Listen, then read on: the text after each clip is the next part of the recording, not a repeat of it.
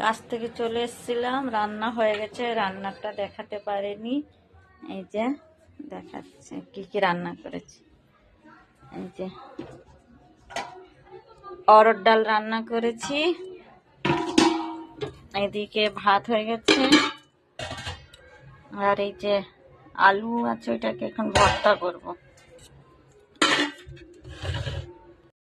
এই যে দুটো কাঁচা লঙ্কা দিয়েছি,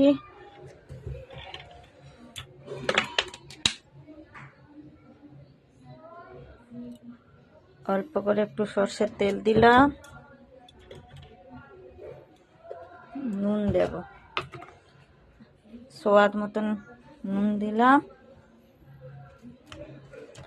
এখন এটাকে ভালো করে মাখাবো।